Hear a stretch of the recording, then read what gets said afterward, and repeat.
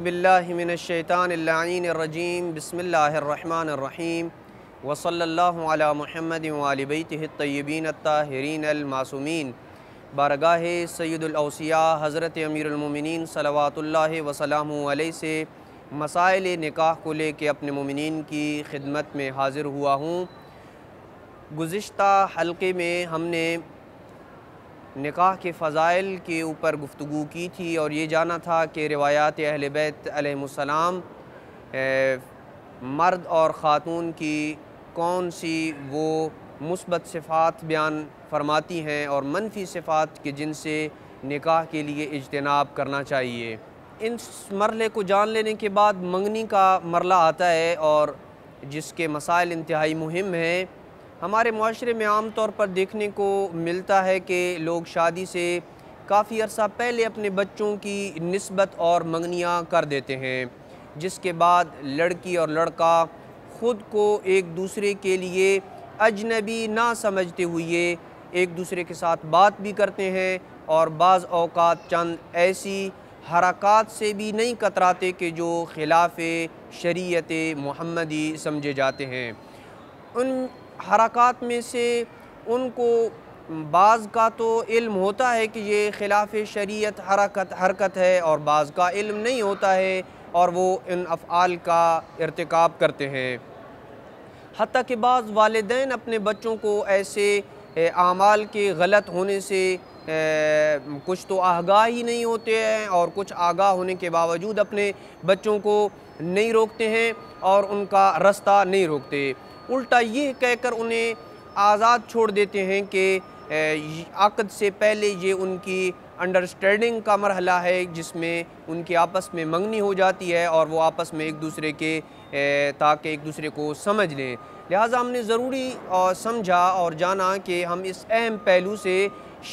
शरीयत मुहम्मदी हज़रत मुहम्मद सल्लल्लाहु अलैहि वसल्लम की मुक़द्दस शरीयत के जो अहकाम हैं उनको भी जाने, ताकि बरोज़े माशर ख़त्मी मरतबा सल्लल्लाहु अलैहि वसल्लम के सामने अपने किसी अमल के सबब हमें सुबकी का सामना ना करना पड़े। इस वजह से ये ज़रूरी समझा कि जो मंगनी के मुताल्लिक़ मसाइल हैं उनके ऊपर एक तायराना निगाह डाली जाए। पहला सवाल ये पैदा होता है कि आया मंगनी के बाद अपनी मंगेतर के साथ सैरो तफरी वग़ैरह के लिए निकलना या बात करना जायज़ है या जायज़ नहीं है। अक़द से पहले वो मंगेतर उसके लिए नाहमारम है, लिहाजा अगर गुनाह में मुब्तला होने का खौफ हो तो सैर व सियाहत के लिए उसके साथ जाना और उसके साथ गुफ्तगू करना भी जायज़ नहीं होगा। इसी तरह उसे देखने या बात करने से भी अगर गुनाह में मुब्तला होने का खौफ हो तो भी ये अमल जायज़ नहीं होगा। एक सवाल ये पैदा होता है कि अगर फ़कत अक़द हो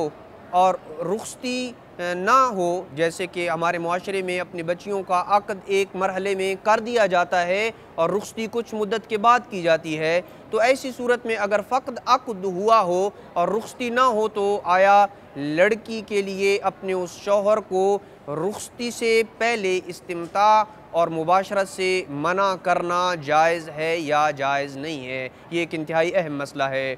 उर्फ़ आम में ऐसे अक़द की सूरत में रुख़्सती से पहले लड़की लड़के का जिनसी ताल्लुक़ चूँकि दुरुस्त नहीं समझा जाता, आम तौर पर जिनसी ताल्लुक़ रुख़्सती के बाद ही उर्फ़ समझता है कि जब लड़की शौहर के घर चली जाती है तो उस वक़्त ही ये इज़्दिवाजी जो है वो रिश्ता और ये जिनसी ताल्लुक़ कायम होता है। उर्फ़ चूँकि उसको दुरुस्त नहीं समझता है, इसलिए रुख़्सती को शर्त इर्तिकाज़ी समझा जाता है। इस बिना पर वो उसे मुबाशरत या दीगर इस्तिमताआत से मना कर सकती है। जैसा कि मुआशरे में राइज रसूम के मुताबिक नानो नफ़क़ा के लिए ये शर्त है कि रुख़्सती हो जाए और अक़द रुख़्सती हो जाए, यानी जब रुख़्सती हो जाए तो उस वक़्त शौहर के ऊपर बीवी का नानो नफ़क़ा देना वाजिब है। इसलिए अक़द और रुख़्सती के जो दरमियानी पीरियड है, इस दौरान शौहर के ऊपर बीवी का नानो नफ़क़ा देना वाजिब नहीं होगा। अगला सवाल यह है कि जिस खातून का रिश्ता मांग रखा हो उसकी बेहिजाब तस्वीर देखने का क्या हुक्म है? जवाब यह है कि अगर यकीन हो कि ख़ातून की तस्वीर देखने से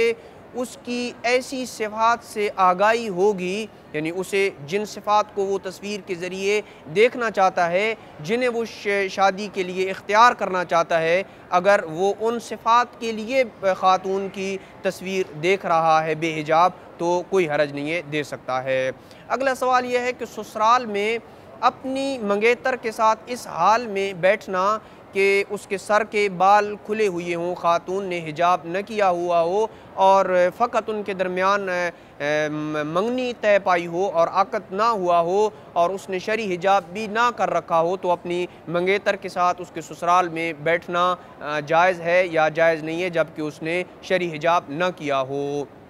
जवाब यह है कि अगर ये सब अक़द के बाद हो तो फिर कोई हरज नहीं है। अगर अक़द हो गया है और लड़का अपने ससुराल जाता है और अपनी उसी होने वाली बीवी के साथ जिसके साथ उसका अक़द हो चुका है, अगर उसके बाल खुले हुए हों तो इस सूरत में कोई हरज नहीं है, चूँकि वो उसकी महरम है।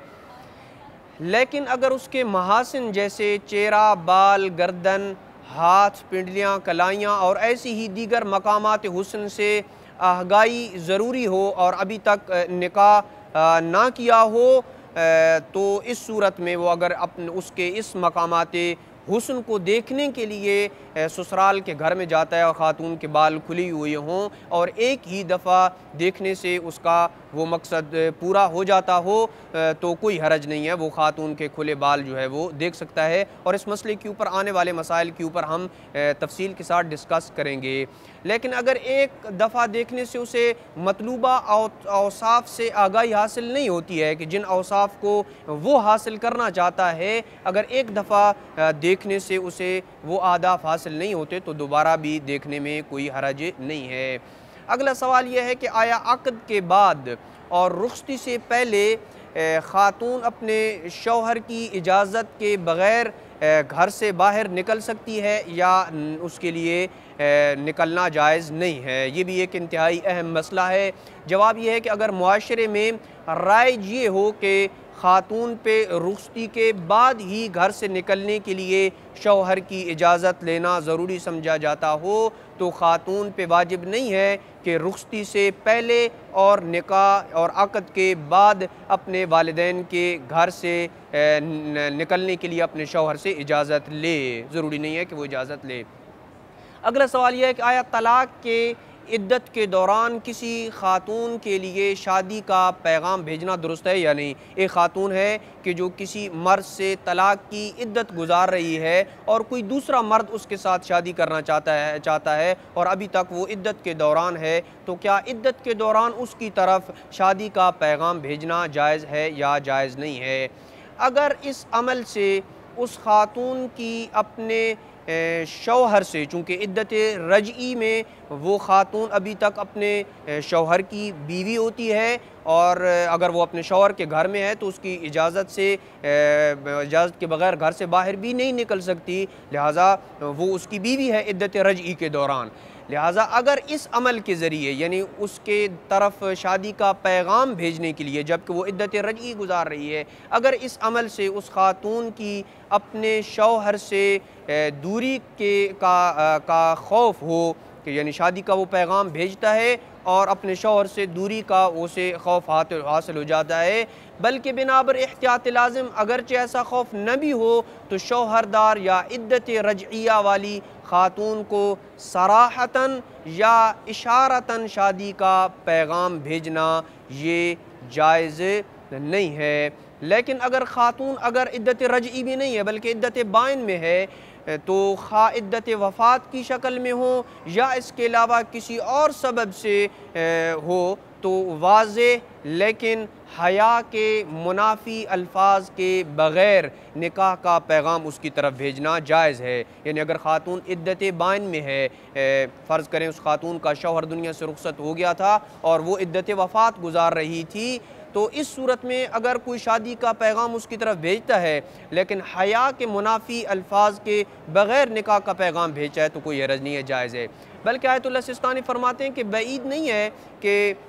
हया के मुनाफी अल्फाज के साथ भी ऐसी ख़ातून की तरफ के जो तलाक़ बाइन की इद्दत गुजार रही है उसकी तरफ पैगाम भेजा जा सकता है शादी का, लेकिन शर्त यह है कि वो ख़ातून ऐसी हो कि अगर वो इद्दत में ना होती तो उससे निकाह करना जायज़ होता। सवाल यह है कि आया निकाह से पहले लड़के का अपनी मंगेतर से गुफ्तगू करना ये जायज़ है या जायज़ नहीं है? इस सवाल का जवाब भी गुज़िश्ता गुफ्तगू से वाज़ेह हो जाता है कि निकाह से पहले मंगेतर चूँकि उसकी नाहमारम है और अगर इस गुफ्तगू के सबब हराम में मुब्तला होने का खौफ और डर हो तो उसके साथ गुफ्तगू करना जायज़ नहीं है। इसी तरह उसे शरई हिजाब के बग़ैर भी देखना जायज़ नहीं होगा। अगला एक इंतहाई मंगनी से मुताल्लिक़ मसला नहीं है लेकिन शादी से रिलेटेड मसला है कि आया ख़वातीन की महफ़िल में किसी ख़ातून का अपने सर के बालों पर इस नीयत से ख़िज़ाब यानी हेयर कलर करके जाना जायज़ है कि ये चीज़ें उसकी शादी का मूजिब बने। हेयर कलर करके जाती है ताकि उसकी ये अमल उसका शादी का मूजिब बने।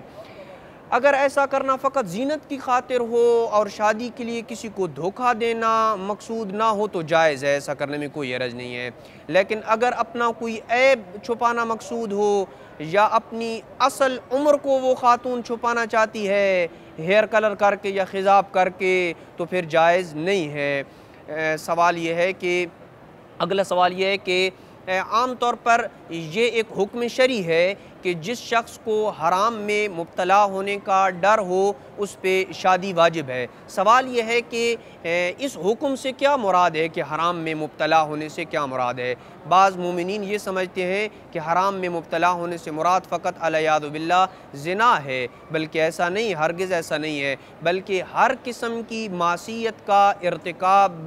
करना हराम है। जो भी चीज़ हराम हो, चाहे वो निगाह करना हो, चाहे वो नामारम को छूना हो, हर किस्म की मासियत का खौफ हो तो उसके ऊपर शादी करना वाजिब है। ये मुराद है कि जिस शख्स को हराम में मुब्तला होने का डर हो उसके ऊपर शादी करना वाजिब है। वसल्लल्लाहु अला मुहम्मदिन व आलि बैतिहि अत्तय्यिबीन अत्ताहिरीन अल मासूमीन।